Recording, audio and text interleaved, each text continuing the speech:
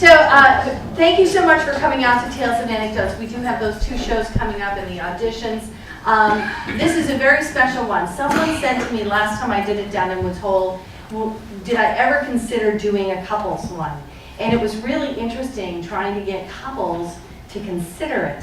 Because couples by nature, one is gregarious and the other one is happy to be back in the kitchen doing the dishes, right? So, or something.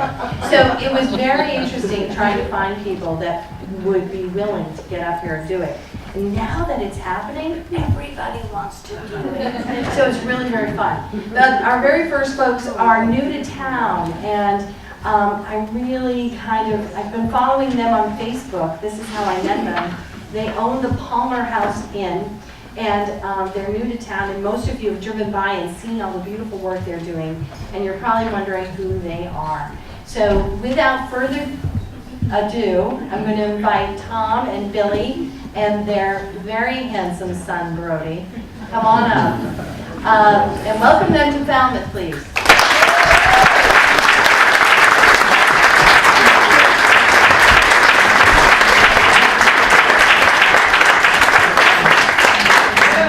So here's the thing, the dog is spooked by the cloud.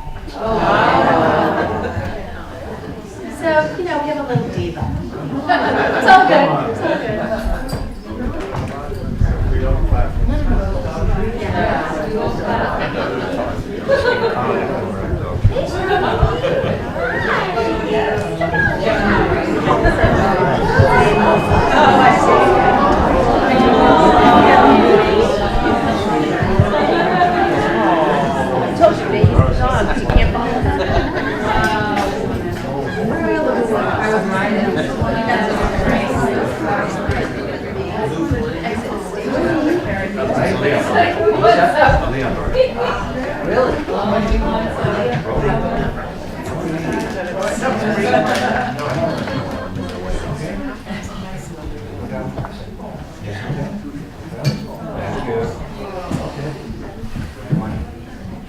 He actually owns the Palmer House. We work. Are you done already? That was fast. Hi everybody, I'm Tom. I'm Billy. So tonight we're just going to give you a short version of the story of who we are and how we came to Palmer House Inn. And to begin with, I was born in Germany in 1961, moved to the States in '69, and then from New Hampshire to Cambridge in 1991. I came along in 1969, born in Jamaica, West Indies, moved to New York, and then I moved to Cambridge in 2010.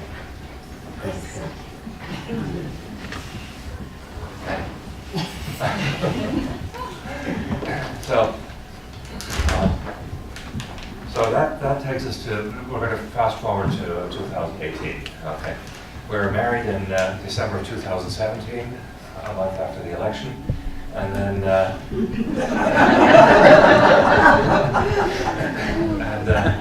so then we very soon after that started talking about doing a B&B, and I was working as a real estate broker for 38 years, and I've nursed for 28 years. we were tired of our careers, we were tired of the city, so we wanted something else.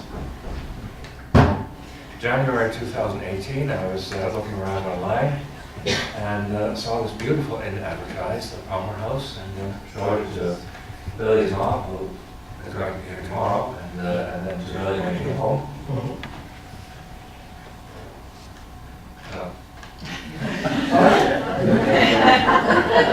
I wait for him to decide what he wants about it. He showed it to me when we came home. At first I was like, oh, it looks good, let's go see it. And then it was a Saturday. It was cold, it was wet, it was raining. Right.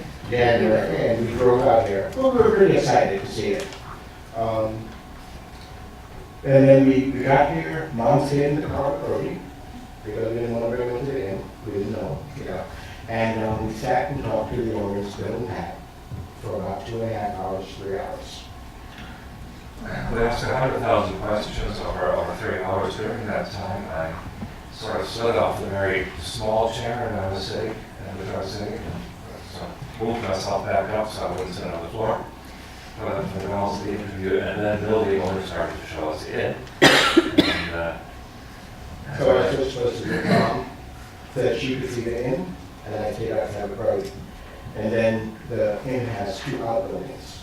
So then I toured the outbuildings with Rody and everyone else. And I got to actually see the entire inn the day that we closed. So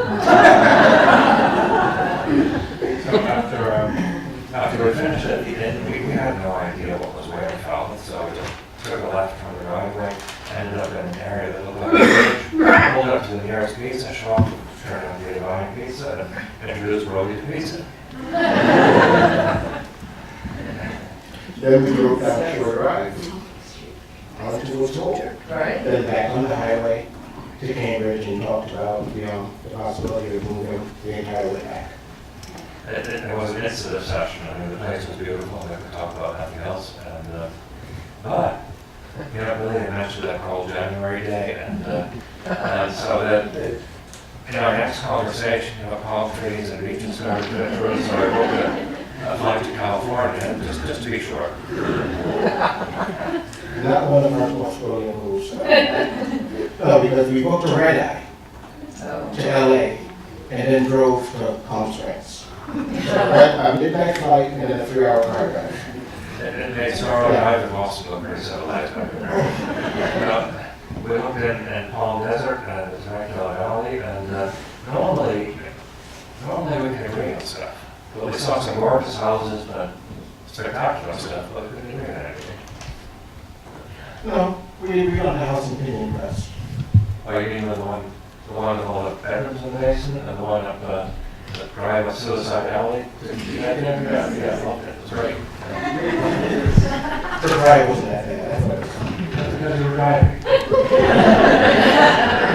You had the option of being able to drive. He didn't want to pay the extra $12 a day to be on the rent. I became very familiar with St. Peter's Face going up and down that road. So we went back, and it was an hour back in Cambridge, and we still can't make it online. So we went to go see a couple of other places, mostly online, and we always doubled back to the farmhouse. So then, as we came to Hart, my mother, Asian brilliance, just basically walks into the room one day and says, "Neither one of you is growing any younger, so you're either going to do it or you're not." She was firm. So we looked at each other for a good 10 minutes after that, and then finally we cracked up and started laughing, and I went to the computer and wrote the broker and said we wanted to make an offer. And then the next day, it became my full-time job to make sure that we would become an innkeepers, and I had to send you to work yesterday, it didn't work out. so now flash forward 3 months from late February to May 29th. So we're closing on our house in Cambridge, and anybody heard of Murphy's Law? Yeah. Yeah, okay. So the buyers paid, we're all set to go, and then the buyers decided they wanted extra paperwork, which would need the signature of our tenants, one of whom was a Europe. So I stayed behind to get that, and finally got it done. I didn't say behind her, so I headed off to Falmouth because earlier that day, my brother-in-law Marcus left for Falmouth with my mother to drop off plants. And he returned to Boston. My mother was sitting on a park bench by the library. I was on my way to Falmouth in rush hour traffic. And it was a chilly evening, so I had a homeless mother/mother-in-law, and she was very pleased with that. So I stayed behind with Rody, and worked on getting the signatures, finally got the signatures, packed Rody in the car, closed the door, and then met Billy and Audrey and Rody and Dennis Yes. at a hotel. So the next day we met with the lawyer, signed the papers, and we thought we were all done, right? And then the lawyer said, you better do a walkthrough and make sure everything's still there at the end. So we're in Dennisport. We need the owners to close that day. So now we're flying back from Dennisport to Falmouth to do a walkthrough. So imagine the kind of walk we did. We flew through the whole, like, yeah, everything's fine, get going. So that, because if they didn't close, if we didn't close that day, we had nowhere to sleep. And then we had to find somewhere again. So the owners left, and we didn't go for record that day. So now I'm online on the phone trying to find a hotel in Felton that would take Brody. In the meantime, Billy and Audrey are trying to source food because we can't go to a restaurant with it. And, well, we did it, right? We did. It wasn't a Palmer House Inn, but it was a bed. We were okay. The next morning, we're back, we drive back to the Palmer House Inn. We're still not on record. Yeah. We pull up to the inn, and they're the moving vans. And we have no right to invite them on the property to start unloading. So I got on the phone, called the lawyer's office. He wasn't there. Talked to the secretary. Where's the lawyer? I don't know. Can you find him? I don't know. Does he have a cell phone? He does. Please call the cell phone. So I'm holding my phone, waiting for a word. In the meantime, Billy is telling them, don't come. Okay. They're just all parked around They're there. arguing. So finally the secretary comes back and says, I found him. Okay, you just finished recording your sale. Come on in, guys, you're gonna load now. So that's how it worked. Perfect. Well, if we could clap, we would. So in the meantime, I get to work to restore internet service, which for some reason wasn't functioning. Lily goes to the kitchen to get ready for the municipal inspection. We had guests checking in the next night. We had no right to feed them until we got a license. The license was dependent on the inspection, so he's there with some of the staff members getting the kitchen ready. Well, we passed, right? We did. And so now we feel we're totally there, we've made it. So in the first 6 weeks, we sort of set to learning how to check in people and prepare breakfast for them, and all of the stuff that goes with the B&B. We're also renovating. We did over 6 of the 17 bedrooms. And then we had a marketing team there in July. So we had 3 glorious days of learning the ins and outs of how to market it, and in the meantime the photographers are taking pictures of everything. The rest of July is very peaceful, and then we get to the road race weekend. That weekend was very interesting. Okay, so the day that everyone's arriving, the check-in, a swarm of bees arrives at the inn. They just fly in and take over the inn. They attach themselves to the 3rd floor under the roof and just sort of cling to the inn. We're looking up there at this thing about this big, this buzzing mass of bees, and what do we do with this thing? So we go inside, try to see if we can find a beekeeper to help us out. By the time we go back outside, they're all gone. But there is a hole this big in one of the eaves.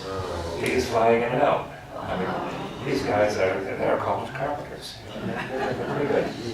So the beekeeper came. He thought we were, trying to pass off yellow jackets as bees. And once he saw that it was the real thing, he was excited. This was the time we had the crane in front of the inn. So one of the carpenters and the beekeeper go up. They're all zipped up in beekeeper suits. They pry the soffit board off the top of the inn. The beekeeper reaches in, pulls the whole thing into his waiting box. They come back down and he parks the box in the front yard, waiting for the remaining swarming bees to find their queen and find the box and then go inside. And you can imagine what a mess it was that afternoon, right? There's the box in the front yard. Everyone's coming into town for road race weekend. Palmer Avenue is covered in honeybees. People are running in all directions. We had these pedestrians walking by during this peaceful village. Suddenly they start running and swatting their heads. It was horrible.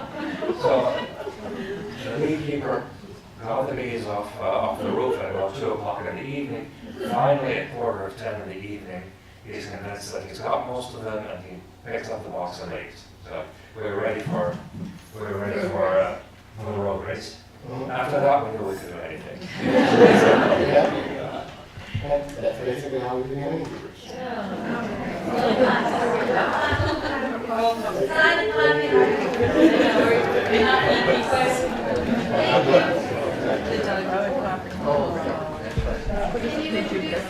Yes. introduce Kara and Peter Franklin.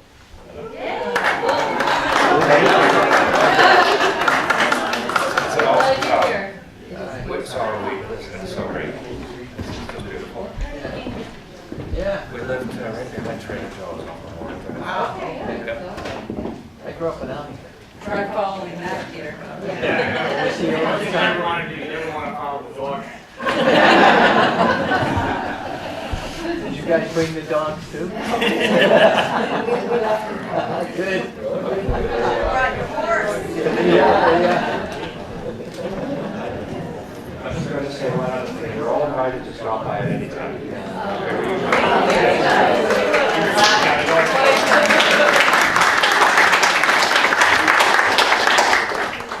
Okay, so I'm Peter and this is Tara. And tonight we're going to tell you the story about how we met. And we like to tell the story because it's all about how when life deals you lemons, you can end up with lemonade. So we'll go through the list. So the story starts back in 1972. And I'm at Williams College, and it's an all-male school, and it's in the middle of nowhere, but no women within 60 miles. And I'm like, I gotta fix this problem. So I apply for a program, and I get into Wellesley College. Now, so I'm spending my spring semester at Wellesley College. I'm one of 62 guys and 4,000 women. And that was one of the best things I've ever done. And a lot of stories I can tell you about. We're not going to do that tonight. But there is one story I will tell you about, and that is I did meet this woman named Marilyn Haney. She was a freshman, and we started dating. And one thing led to another, and we eventually got married. And fast forward about 16 years later, we are living the American dream. She is a doctor. She's the head of the birth defects unit at Boston Children's Hospital, and I'm running a disk drive development program and traveling around the world selling disk drives, and all is good. But let's just say a large lemon tree started to show up. So, 2 kids. and so in November of 1989, we had 2 kids by then.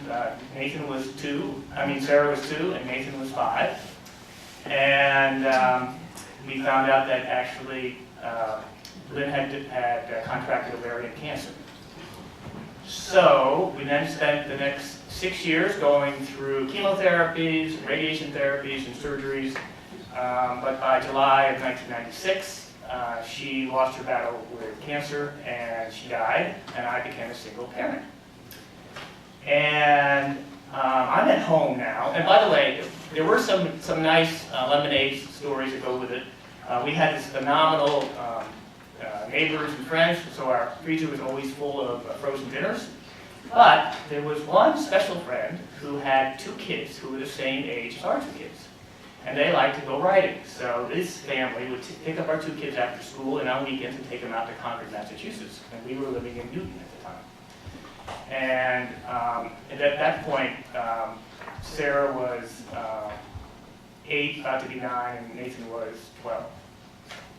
And so I'm sitting at home with my kids in Concord thinking, I need to learn to ride horses. I mean, this is crazy. I want to see my kids. So I started taking lessons in horseback riding. Now, I don't know if any of you have ever taken horseback riding lessons. Well, when you go to the barn, it's a very great marketing thing that they do. They have this big sign that says, Massachusetts state law, if you fall and hurt yourself, it's your fault because you're pretty much dumb enough to take it. Right? Because it's really dangerous. So the way they handle that is you go into a ring with your horse, and you walk the horse into the ring, you shut the door to the ring, and then you get on your horse and you ride around the ring. And that way you're inside and it's not too bad. And I've been doing this for a couple of months, learning to ride, and my trainer at the end of the lesson comes up and tells us all to line up in the middle of the ring, and she turns to me and she says to me, Peter, guess what you're doing tonight, this afternoon? I said, I don't know. She said, you're going on a trail ride. Well, I don't know if you know what a trail ride is. That means you take your horse out of the ring. Well, I'm not doing a trail ride, and this woman has completely lost it. I mean, I'm really conservative. I lost my wife. I'm stopping at railroad crossings and being really, really conservative. So there's no freaking way I'm going on a trail ride. And anyway, I didn't know who was going to take me because I've never seen this trainer ever get on a horse and go on a trail ride because she's not dumb enough to do that. So I have no idea what she's talking about, but I'm definitely not going on a trail ride. Now it's my turn. At this point, I was in my mid to late 30s, single, never married. Had pretty much resigned myself to being single for the rest of my life, probably not having a family, because my whole world revolved around horses. And you just don't meet heterosexual men at home. You just don't. And I was pretty much okay with that. And I had a long-standing date every Sunday with 2 friends at the barn. We would meet and go on a trail ride, and we would tear through the woods, screaming, and we'd have a great time. And so on this particular Sunday, it was in October, I had just come back from Kenya, and I was completely jet-lagged. I was exhausted. I went on my trail ride, and all I could think about was going home and taking a nap. And I'm putting the horse away, and my trainer comes in and says, "Tara, you're taking this guy on a trail ride." I'm like, no, somebody else can do it. I'm too tired. She said, "No, you're taking this guy on a trail ride." Okay, so I turned to a friend who had a really nice horse, and I said, "Can I just take him on a walk in the woods?" She said, "Sure." I said, "I'm so tired, I'm not even going to put a saddle on him." So I put the bridle on him, I jumped on his back, and I rode around to the back ring to find this guy that I'm taking on a trail ride. So I'm sitting on my horse, thinking that this is absolutely ridiculous. And around the corner comes this absolutely gorgeous blonde, long blonde hair, riding bareback on a white horse.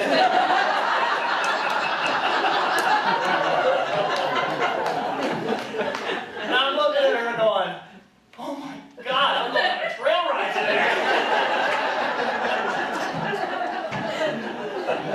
So we go on the trail ride, and I'm praying that he doesn't ask me any questions because I just don't want to talk. And he doesn't. He just chats the entire time. And I thought he was kind of cute. So we get back, and that's all fine. And then a week or 2 goes by, and I'm starting to get the idea that my trainer has an agenda. She says, "Tara, you have to go out back and help Peter fix a stall." I'm like, she's trying to fix us up. So I do, and we actually had a good time fixing the stall, and Peter turns to me and says, "You want to go for some pizza?" Okay, I'm thinking, oh, maybe this is a date. So we go for pizza, we have a nice time, it's great, and then we're done, and we're getting up to leave, and he hands me the bill. This is definitely not a date. So I hadn't been dating for a while, and I guess.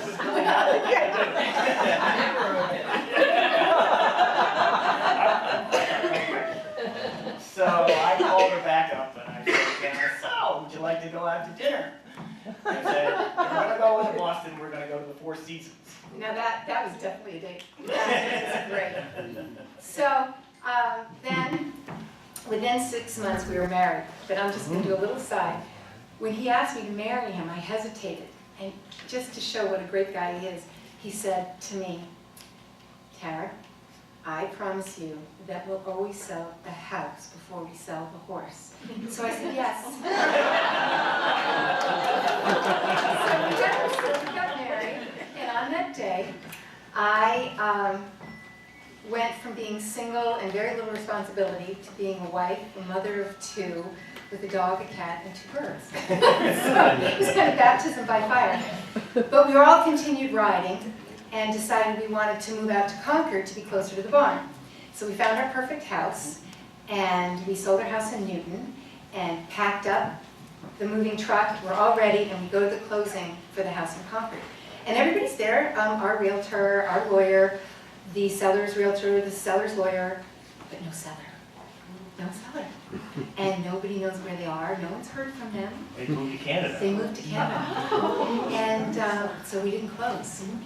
And we had no place to live.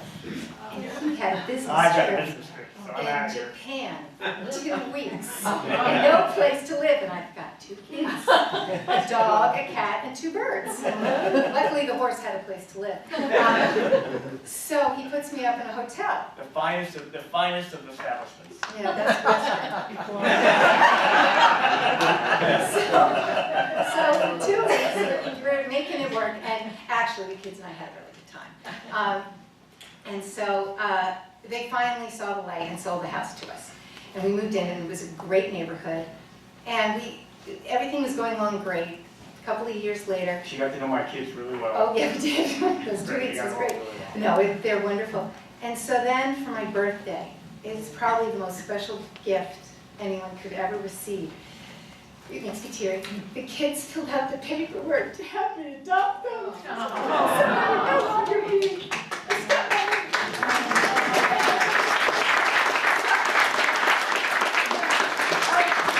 So our gotcha day came, and we went to the courthouse.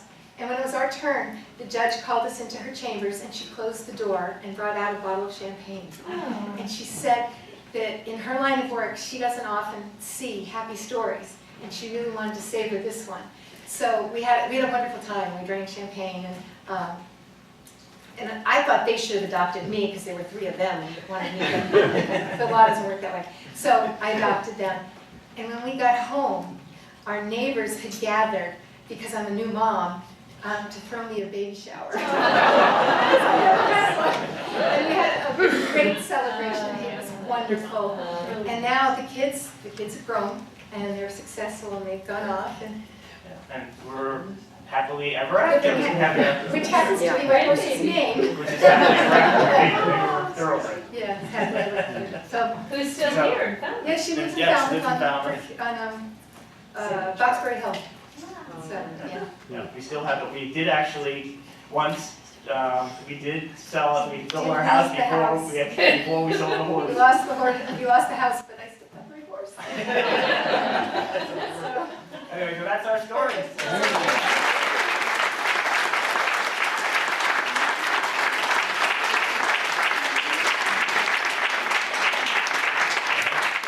So, next on the agenda is Daria and Michael Kasparian, who need no introduction.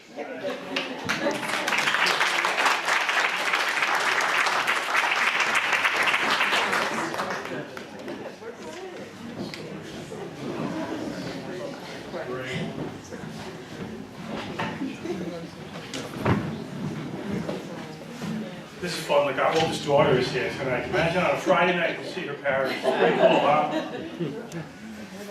That was a great story. I felt like crying back then. It was amazing. Try to top that, Michael. I know, huh? It's going to be a tough story to do top. that, I don't Lee. We'll try our know. So this is pretty fun. This is the 4th, I think, Tales and Anecdotes that I've done, but kind of special because it's the first one I have the love of my life, my partner Daria, here with me, which is pretty exciting. I think, as Andy said, it's kind of cool to have a couple do it, but I think in our family we're both kind of gregarious and outgoing, so I don't think we have that one happy to be in the kitchen cooking. But so our story goes back to begins in 1999. So we met in 1998 and started dating, and we got older. We got married when we were older. So unlike a lot of our friends, we were 37 years old when we got married. So we were really set in our ways. We both had our careers. She had a condo, I had a house, a lot of things going on, and we started dating. We got along great. It was like fabulous. It was one of those, oh my God, I can't believe it. She's so awesome. We love the same things. We agree on the same things: financial, travel, food, everything, all those things. I'm like, this is a dream come true. I can't believe this is going to happen. So after 3 dates, we kind of knew we were going to get married, and I wanted to propose to her. But as you know, we're a little bit older, and you have to think about things. So you have that prenuptial agreement comes up, and so I'm going through it in my head. And I said, I've got to at least run this by her. And there was one condition that I knew she had to agree on before we could make it official. No pets. Absolutely no pets. Which, at the time, I was so happy that I said, I don't own any pets right now. I'm not losing anything, so why not?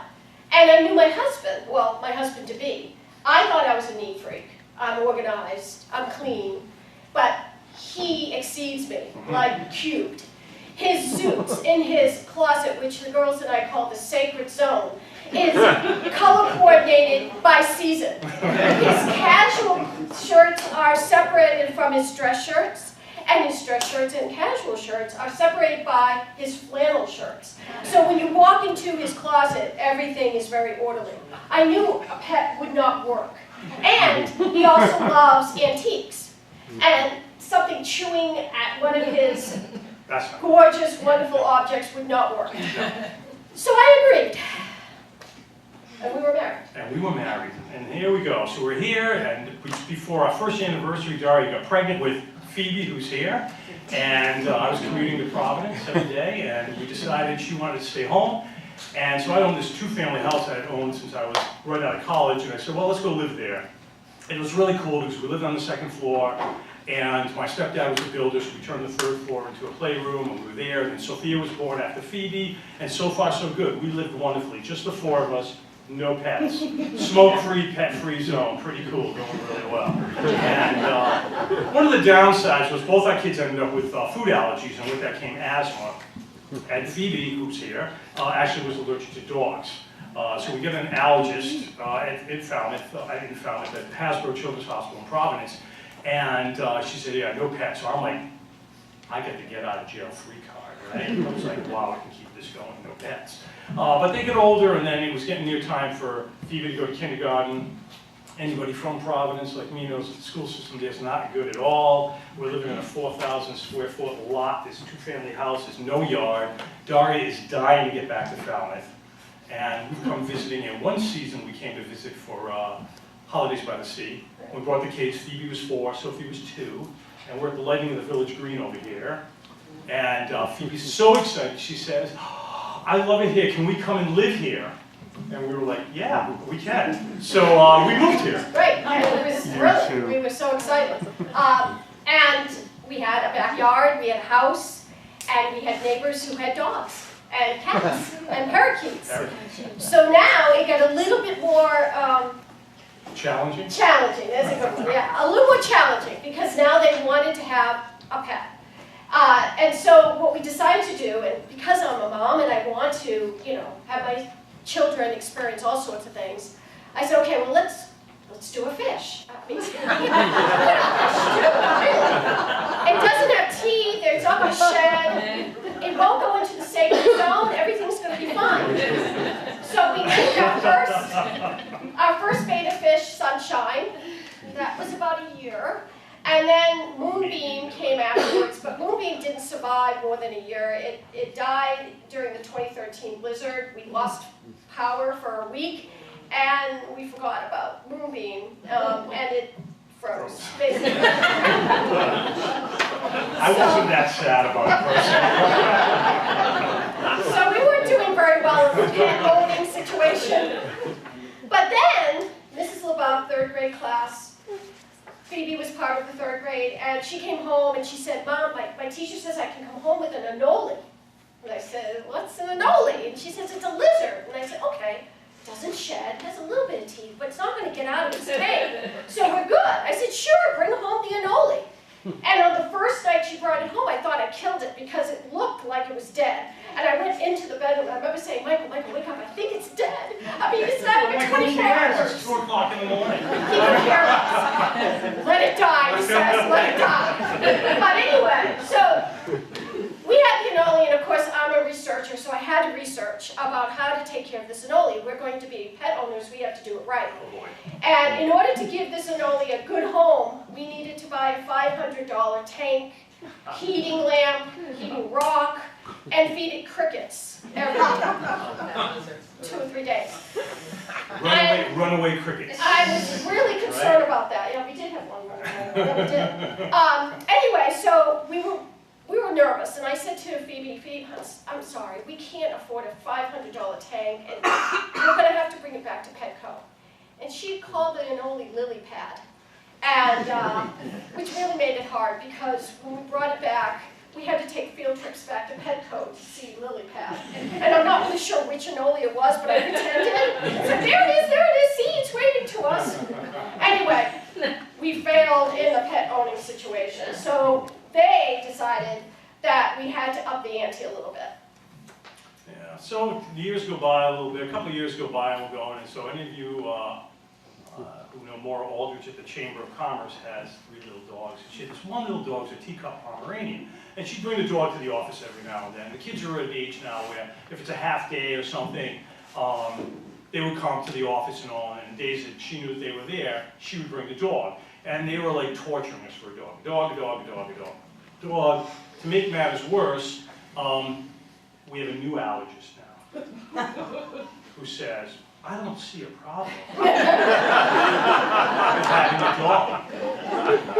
To Phoebe, not just to us. So we're like, oh my God. So it's going along, and Daria's like, I'm getting this. I'm saying, well, okay, I'll go for a teacup Pomeranian. Can't climb the stairs, can't get on my furniture, no hair on my suits. I can live with that, we can make that happen. So we all get in the room and we're like, okay, that's going to happen. And I say, okay, teacup Pomeranian. So we turn it over to Daria, and Daria starts researching her. Well, teacup Phoebe, Pomeranians. we actually recorded him because we couldn't believe that he They actually got me on allowed tape this. saying, This was big. right. And they had already set up a PowerPoint, but since he already said, great to a Pomeranian, we started doing more research because that's what I do. And Sophia started falling in love with our friends corgis, and Phoebe always liked golden retrievers, and I always, since the movie Babe, love border collies. So we decided to do a PowerPoint and say, look, these are all the breeds we could have. I mean, we know that the teacup Pomeranian is really nice, but they tend to be yappy. Mara's isn't, but they tend to be yappy, and they tend to nip at strangers, and I wasn't into that. I said, look, any breed is fine with me as long as it's not a beagle. I had a bad experience with a boyfriend's beagle. I was house sitting, and it was sneaky, and barked, and howled, and I just didn't get along. So any breed except a beagle would be fine. And I'm saying any breed as long as it's a teacup Pomeranian. That's it. So we presented him with this PowerPoint, and he says, Finally I had it. I said, absolutely not. That's it, it's all over. We're not getting a dog. Phoebe's going to college in a couple of years. We don't need a dog. I'm done with this. I'm sick and tired of it. That's it. So it came off the table. They tried a couple more times. I said, absolutely not. I put my foot down. I'm done. And I refer back to the prenuptial agreement. Right? Right. Sometimes that works, right? So, sorry. Every year I do an Antiques Roadshow fundraiser for Friends and Family Dogs over at Atria. So my love is antiques. I'm an antique appraiser, so I go. I think this was the 5th year I was doing it last year, and I get there. but I have to tell them. Oh, I'm sorry. Yes, because last summer, I just have to say this, I contracted a very serious situation where I had empty nest syndrome. Now, my daughter is going to be going to college a year from now, but for some reason, it hit me in June. And I couldn't believe it. I mean, she was going away, and my years were going away, and I'm 56, and how did that happen? So I was really nervous, and so I started walking a lot, and every time I walked, I saw dogs. And I pictured myself with a dog. And I said, wow, how is this going to happen? So what do you do when you agree to a prenuptial agreement? There's no way it's going to happen. Divine intervention. It's the only way. So as I was walking, I said, God, this is a tall order. My husband doesn't get into dogs at all. And he has a very fastidious way of orderly putting things, and certain things, in their place. So I really need a dog in my life. So what you need to do is you need to have Michael fall in love with the dog first. That's the only way it's going to have to happen. And then, then we will have it. And I said, I know it's a tall order, so I'll be willing to wait months, years even. But I need something in my life to make me feel like I'm not losing the whole world. That might be like a mother, dad, man, woman thing. The empty nest, I'm thinking it might not be a bad thing. So anyway, Daria's like, oh, I need a dog in my life and all that. I can't even listen to this stuff anymore. So anyway, Atria, Woodbriar, Atria Senior Living, Friends of Family Dogs fundraiser, we're there. They bring this dog, this little dog, and I'm like, what's with the dog? And they're like, oh, we're having a really hard time getting this dog adopted. The dog's 10 years old. She's totally housebroken. She doesn't chew, she doesn't shed, she doesn't bark. I'm like, no, it sounds like a good dog. So while I'm doing the antique appraisals, people come and they're looking at the dog, kind of petting the dog, and they're going back and forth. And Nancy from Friends of Found the Dog was there walking her back and forth, and I was saying, you know, the dog was kind of cool. And we're going back and forth doing more of the appraisals, and I'm wondering, like, what's the story with this dog? Is something wrong with the dog? And they are explaining to me that young families don't want dogs that are that old. They want dogs that can run, they want dogs they can grow up with. She's like, this dog's probably got 5, 6 years left. I'm saying to myself, this could be the solution, so. I start petting the dog, dog's friendly. I'm like, yeah, whatever, okay, kind of cool, you know, whatever. So snap a picture, and I'm like, okay, go home, see Daria. I'm correcting papers, that's what I do most afternoons, and he was showing me that he said, well, you know, I met a friend of yours today. And I said, really? And he said, yes, her name's Ruby. And I said, Ruby? Oh, that's not hitting any bells in my head right now. And he said, well, let me show you a picture. You'll probably recognize Ruby once you see her. And there he produced the cutest, sweetest beagle.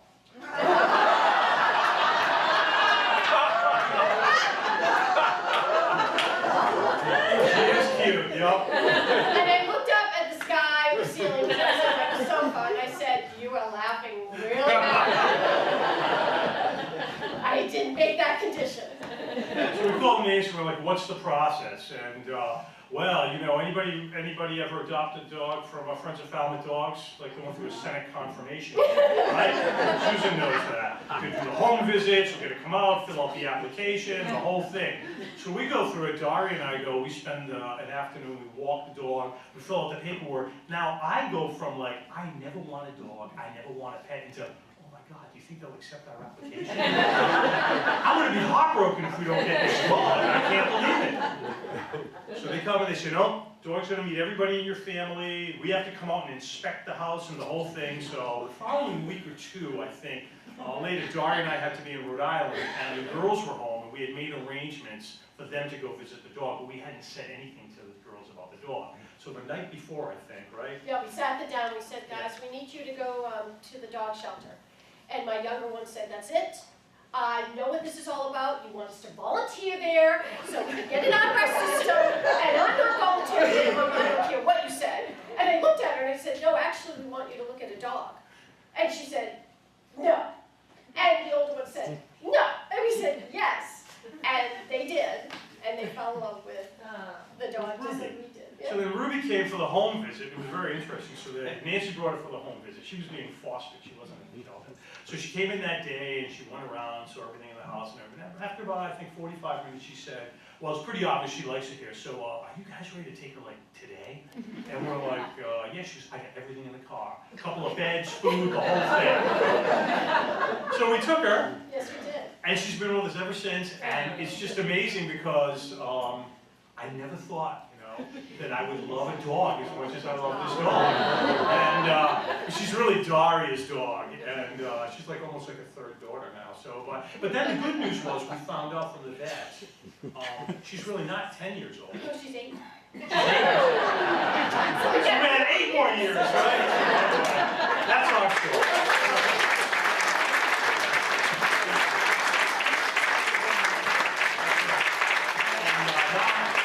I'll tell you we're taking a 10-minute intermission. Thank you.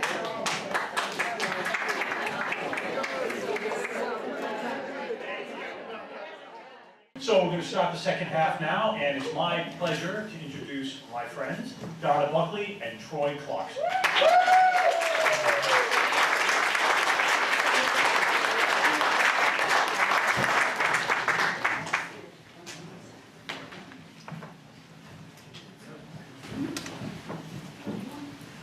Thank you, Michael. It's our pleasure to be here and support the amazing work of the Woods Hole Theater Company. So, Donna and I will tell you the story of how we met and fell in love, but we wanted to take a little bit of a different angle, so it's actually presented in the style of A.R. Gurney's Love Letters, for anyone that's seen that play. So it's told through our texts to our good friends as we tell the story of how we met and fell in love. But unlike Bob Kraft, this story has a happy ending.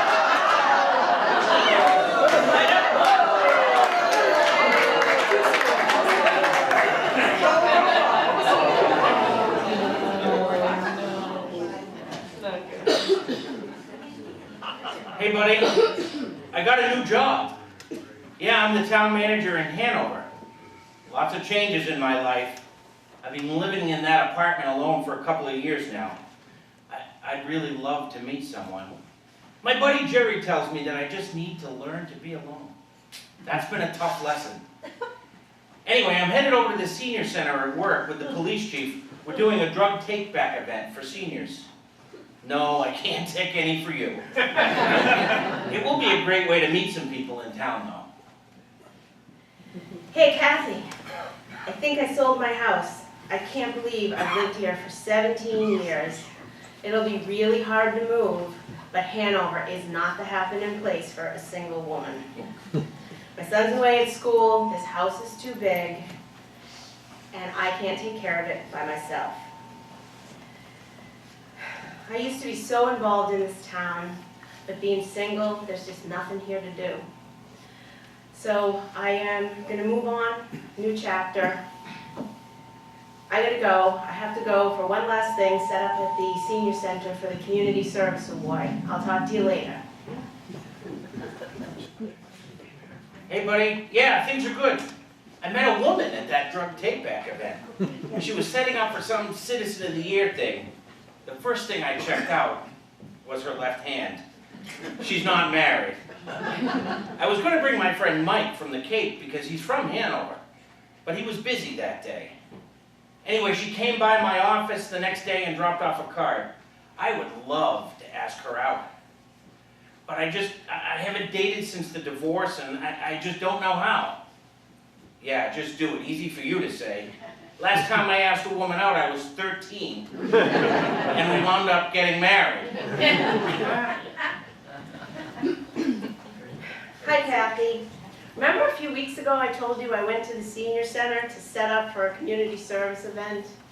Well, I get there, and there's this guy walking around like he owns the place. So I said to my group, I was like, who the hell is that? And they tell me that's the new town manager. I was like, well, it's kind of cute. Thinks he knows what he's doing. I didn't even know he had a new town manager. Have you heard anything about him? He doesn't have a ring on. Well, he seemed really nice, and he didn't look like a stodgy old town manager.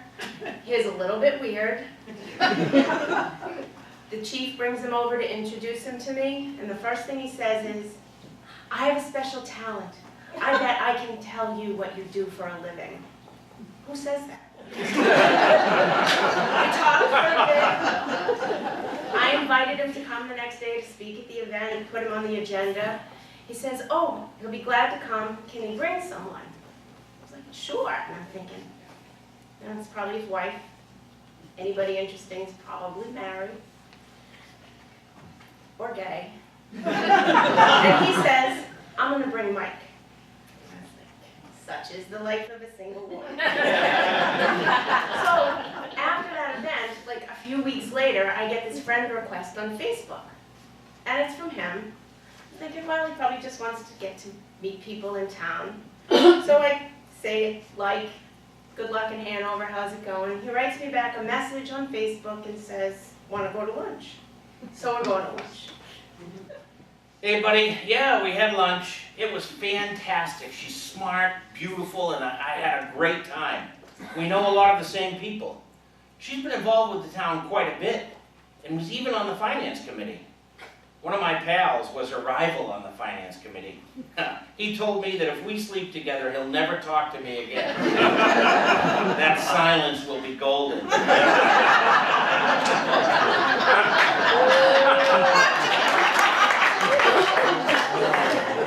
So how was lunch? Lunch was great. He's so easy to talk to, an amazing conversation. We even know some of the same people, although not all the good ones. He loves the symphony, and I found out we were both at a symphony concert together at the same time. We talked a lot about work. He's an employer, and I represent union employees for a living, so that was a pretty spirited conversation. It was probably the most interesting lunch I've had in the 8 years of being single. He even paid. None of that, let's split it. It figures he's with Mike, he's gay. So, Yeah, but I'm still trying to figure this whole dating thing out. I sent her a text and asked her to dinner. She said Thursday or Friday, and I said, let's go Thursday, and if it works out, we'll go again on Friday. She said, okay, so I must be doing something right. I want to tell her I'm interested, but I just don't know how. Shit, I don't remember it being this hard. I've spoken in front of 10,000 people without a second thought, but I can't tell one woman that I'm interested. I need your help. well, maybe he's not asking everyone out to lunch. He just sent me a text and asked me about dinner. What the heck? When I said Thursday or Friday, he said, how about both? If it works out Thursday, we can do Friday. Now what do I do? Hey, bud, did you see that Sox game? Wasn't that incredible? This may just be their year. At least if they make it to the World Series, we won't have to sleep on the sidewalk like we did in 1986. Anyway, we had a great dinner. Nice place in Pembroke. Yeah, there actually are a couple of nice restaurants. Not much else, I agree. We're going out again tomorrow, and I'll let you know how it goes. I'm still too chicken to hold her hand or kiss her. What the hell is wrong with me? Kathy, you gotta help me. This guy's like no one I have ever met.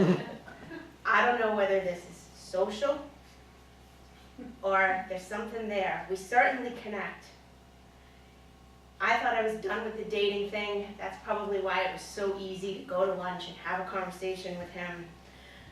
But now, I don't know what to make of it. I can talk to him like I talk to you. We can talk about everything. But no kisses. Doesn't even hold my hand. What do I do? Well, pal, you told me just to be honest, so I was. We had dinner at this nice place on the water in Situate. Yeah, I agree, it's no flying bridge, but it was still nice. Yeah, the flying bridge does have the best French fries. So anyway, I just told her how I think she's really special, and I don't know how to do this dating thing, and I really am interested and really like her. She smiled. On the way home, she held my hand, and we made out in her driveway. I think I get this dating thing figured out. Well, Kathy, I got the answer to my question. It's looking like we're more than just friends. We had a great dinner. He bared his soul. He talked about how he didn't know what he was doing. He apologized for not knowing how to go about dating like I was a pro. Me, the most insecure person in the world. He took such a risk, and he just was so honest. And you know me, I've never initiated or been a secure person. But because he did that on the ride home, partly because it was freezing, because the air conditioning was on so cold, I reached over and took his hand, and he held my hand, and he gave me a kiss goodnight. So I'm guessing we're not just friends. Hey, but I went to see my mom over the weekend. I told her I met someone. She was really, really happy for me. As you know, my mom's name is Donna. She asked what the new lady friend's name is. I told her Donna.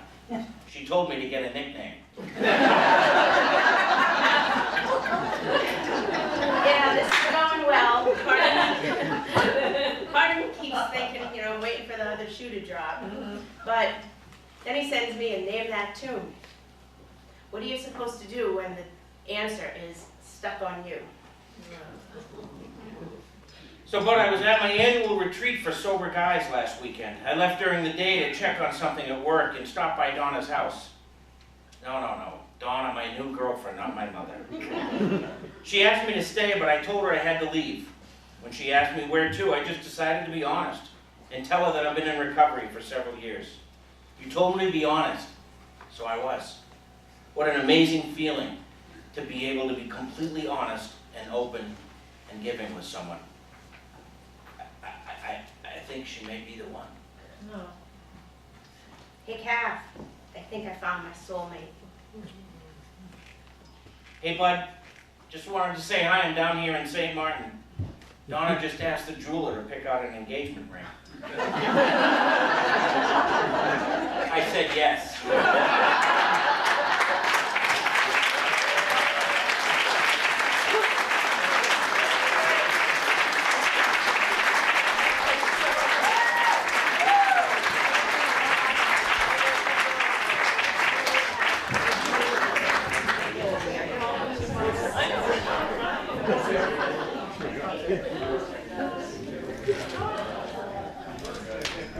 I get so emotional, I forgot to do my introduction. Two of the finest people I know will now share their story. I'm sure know them. Two Falmouth treasures here, ladies and gentlemen, Peter Clark and Ellen Barol.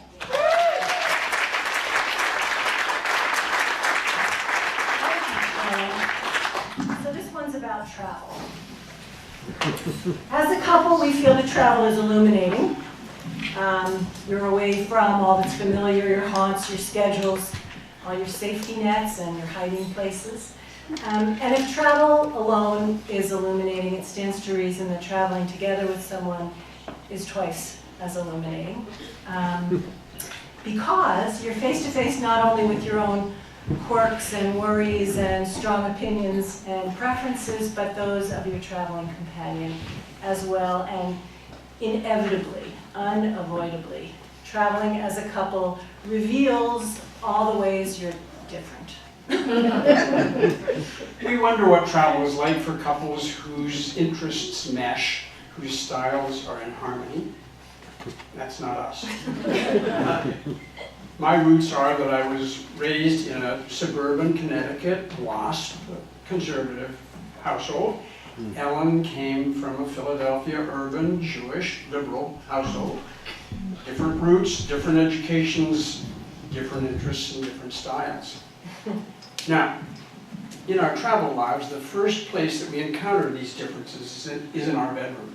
It is in our bedroom, and Peter refers obviously to packing. I am of the extended packing school of travel. So that begins with a list about 3 weeks before the trip. And it evolves then into piles, which are laid out around the bedroom.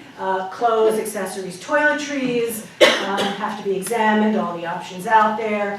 And items are subtracted, added, suitcases come and go. And when I have achieved the perfect combination of stuff and suitcase, I zip that case and know that I am ready for whatever the trip brings. This is a packing savant. All those things beautifully organized so she can find them later on, packed in there, right up to the limit that the airline allows, but not quite there. Without ever using a scale. Never a scale. But it is disruptive. Our dog Rosie knows what the luggage is about, and that unsettles her. It's certainly inconvenient for me to have not a square inch of space in the bedroom or bathroom. If I wanted to pack early, I couldn't. Now it so happens that I don't want to pack early. My system is that the night before we go, I get a piece of luggage about the size she has, I put it below my bureau, and I start at the top drawers and just kind of drop stuff in.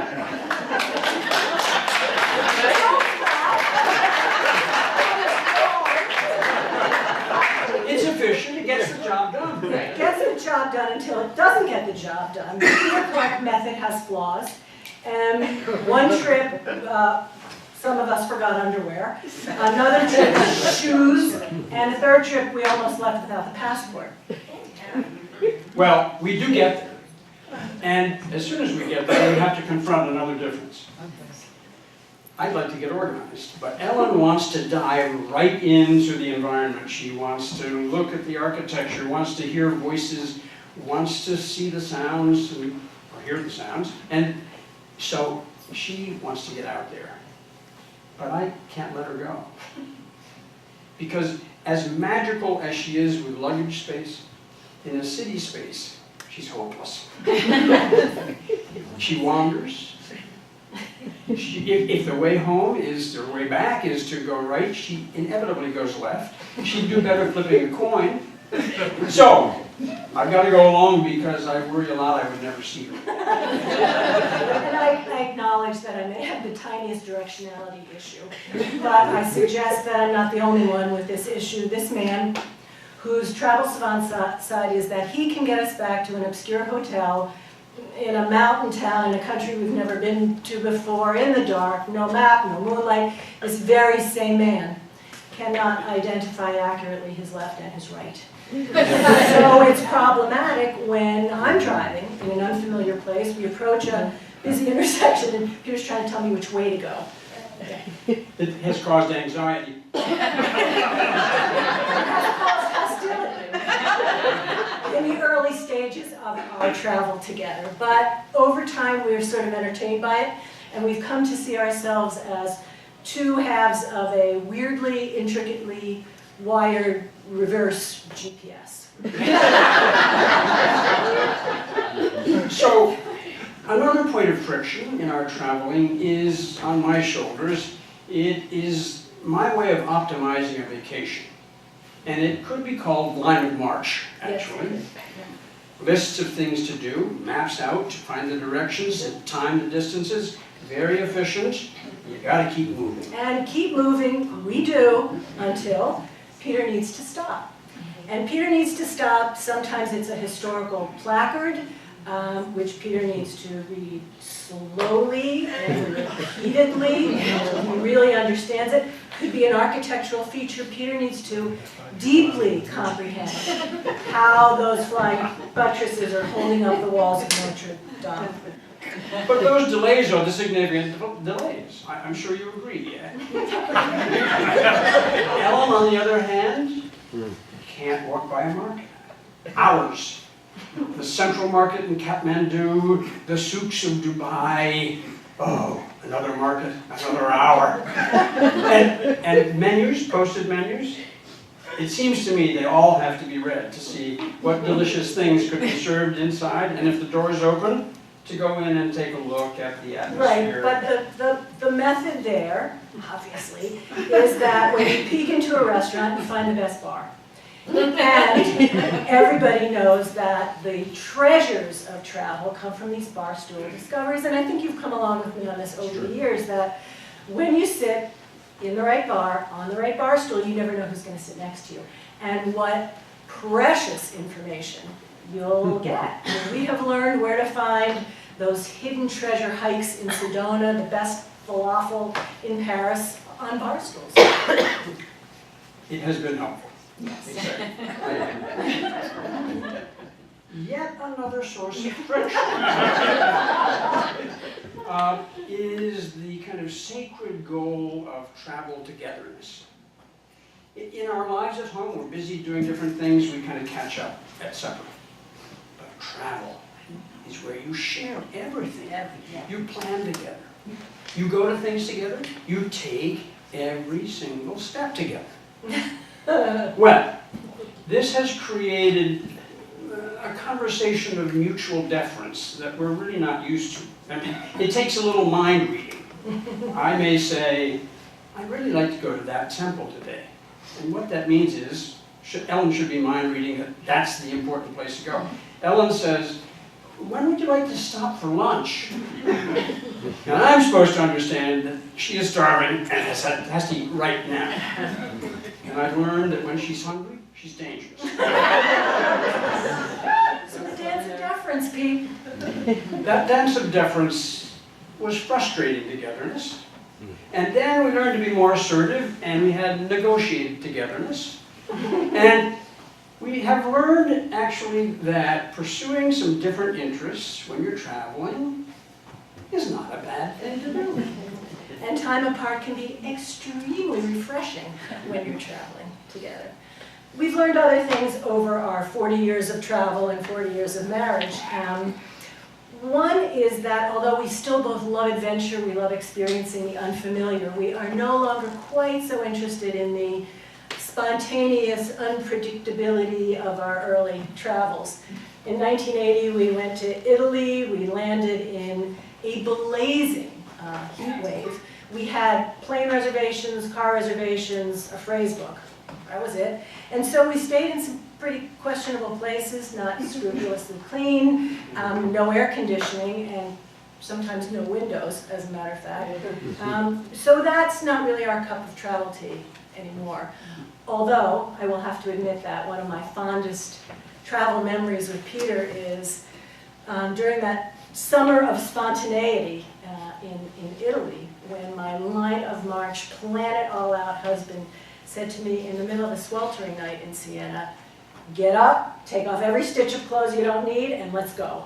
And we spent the night in the Campo, the central plaza where the medieval horse races were run, under the stars. So contrast that with a bucket list trip through the Grand Canyon, 8 days rafting in the Grand Canyon a couple of years ago. And we had adventure in the rapids and walking up to waterfalls inside canyons. We had to get used to unfamiliar things, like bathing in 55-degree brown Colorado River water, or using the loo with a view down behind a rock someplace. But all of that was handled by expert guides who chose the routes through the rapids, who chose the campsites for the night. And it was just wonderful to be able to lie and see the stars there without all the worry about those decisions. So as we've mellowed and grown more experienced in our travel, those travel differences that at first were failures that had to be solved my way have become quirks that we have adjusted to and have appreciated. Yes, and as a couple, as a traveling couple, we've learned something. That for us, travel is not only about what we do when we're away, it's also about what we bring back with us. And we have brought back acceptance and fortitude and joy. And the deep sense that you are fortunate to travel whatever road you're on with the person you love.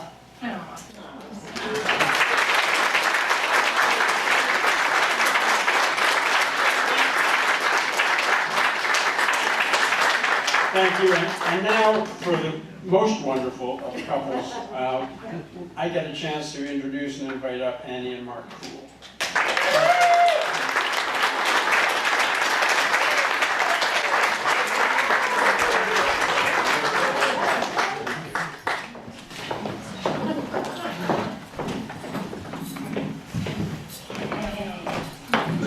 Hey, are we having fun yet? Yes. Okay. So we are the unrehearsed couple. So, I'm Mark. I'm the awesome husband to Annie, my best friend. Oh. So if anybody has a hard time hearing me, just yell at me. It's not uncommon that I get yelled at. So obviously I'm nervous. And so this is the first time I've been on stage since 2nd grade in Minnesota. Christmas nativity scene. However, Annie assured me everything will be fine. You won't be back in the livestock area. You'll be up here with the star. So I'll roll with that. So here we go. We've been married 24 years, together 25. Wow. And so with the good fortune and blessing of time, we've developed a communication or a language of our own. And so in that language, Oh, we have safe words. we have safe words. Oh, you didn't lie about that. Okay. So what takes place during safe words, and mind you, it's just going to be PG-13, no sex, no 50 Shades of Grey. We're too old for that. What? Didn't get that memo. So as a couple, budding in romance, we went dating. We would meet each other's circle of friends. We would stay up beyond 9 o'clock then. I miss those nights. But more importantly, one of the safe words, one of the first safe words, was on a particular party that we went to. There was this particular couple that Always fought. Always fought. I mean, too early imbibing in their cups a little bit too much, it would turn into just World War III. Every party. So it was very embarrassing for everybody that was involved. But it was enlightening for us as a new couple, because we didn't want to become that couple. We would never ever want to disrespect one another the way they did. So, like she said, we came up with the safe word. So it became this kind of game. If we were at a party and it was getting a little bit weird, we would introduce our friends, Susan and Pete. So there isn't Susan and Pete, just going out there. But I would say to him, honey, did you hear from Susan and Pete this week? Oh my God, did you see that email from Susan and Pete? And whenever Susan and Pete came to the party, it was time to get your coat. Yep. Anytime Susan and Pete was introduced into any conversation from then on out, it was time to go, no questions asked. So I could be in the middle of a good Minnesota story. As much mingling as she does, she would be disappointed in the timing strategy. Yeah. But the safe word acted as a relationship maintenance or protection tool for us. Right. And so when we would see an uncomfortable situation occurring, I'd say, where's Susan and Pete? yeah, and Susan and Pete. So You see, I come from a family of 5. My mother always used to say, always know when to leave the party. And as a young kid, she was a single parent of 5, and we were all thrown into the Rambler station wagon. And as we were driving to our destination, be it a tennis match or barbecue or a family reunion, she would interview each of us and let us know what we could and couldn't speak about at the event. And she was the queen of personal politics, the star of the thank you note, and the Emily Post of manners. So she had us all figured out. And she would say, when you see me with my purse on my arm and my sunglasses on, it means meet me at the car in 5. Even as a high school student, I'll never forget, because everybody else was gone, I'm the baby. Everybody else is gone. She'd sit in my room while I got ready for prom, for graduation, for any event that I was going to, and she would ask me to tell her 3 things I was going to talk about while I was out. The master networker she was. And she would discard stuff. No, you can't talk about that. Let's talk about this. And she would give me all the points of which I could talk about. And she'd have me repeat them. And she said, the one thing you can never be is boring or bored. So it just dawned on me, should we be telling these people our secret codes?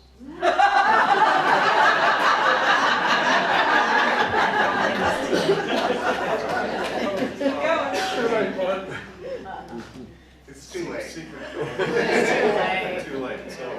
You know what happened with Dee and Michael. Oh, Jesus, Dee and Michael, the Uncle Ray. Oh. We told them. That one really we're going to talk about. Man. Let's move on to Minnie. The Minnie Well, story. now they want to know about Uncle Ray. All right. Okay, so Uncle Ray. Uncle Ray was my father's youngest brother, and he's long deceased now.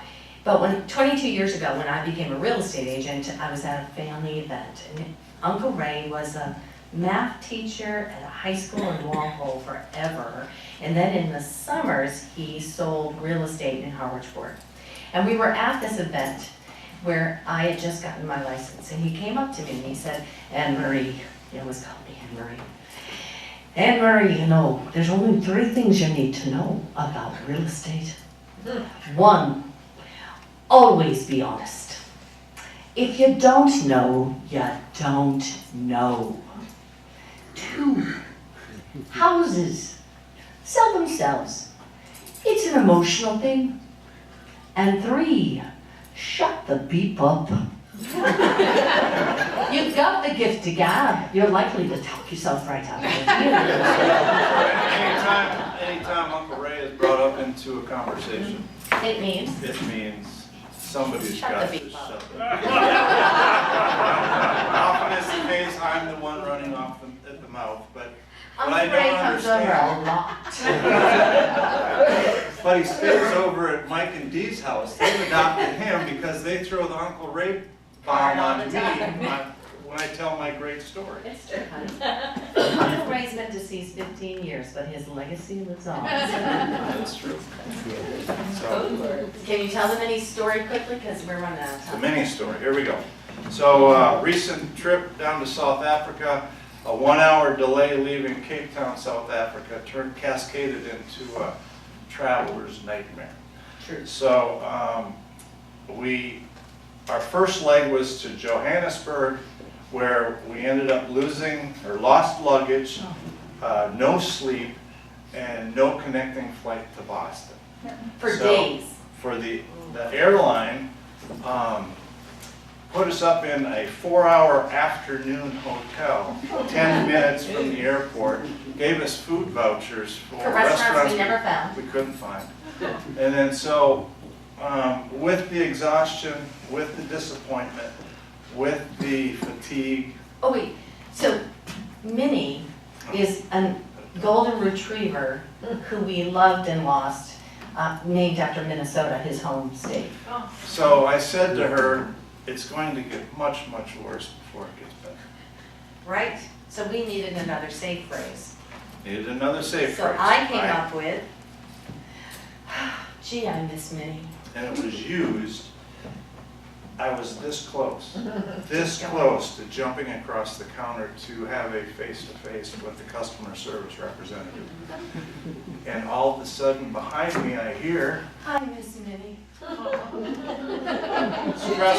stress relief kept me out of jail at the Johannesburg airport.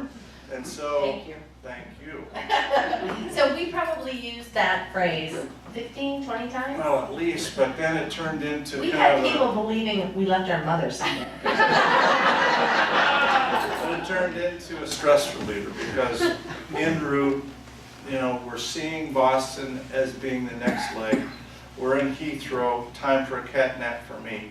I slouch against a airport lounge chair, and then Annie leans into my ear and says, I miss Minnie.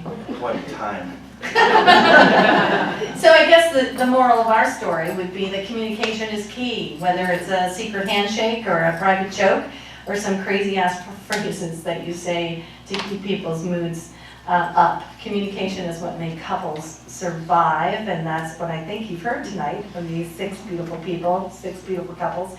So from Mark and I and Uncle Ray and Susan and Pete and Minnie, we're so grateful that you showed up tonight to support the Woods Hole Theater Company. Could I have the rest of the couples come up for a bow?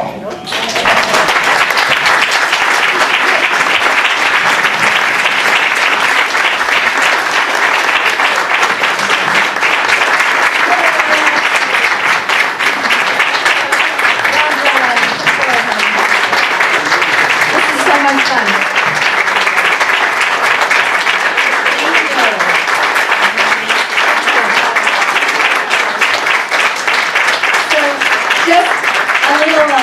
A story, Tom, Bill, and Brody, got released today from the hospital. So it was amazing. The show must go on. So he's amazing that he came. They're not here with us because he is on really powerful drugs and had to go. But he will be here tomorrow night. Thank you so much.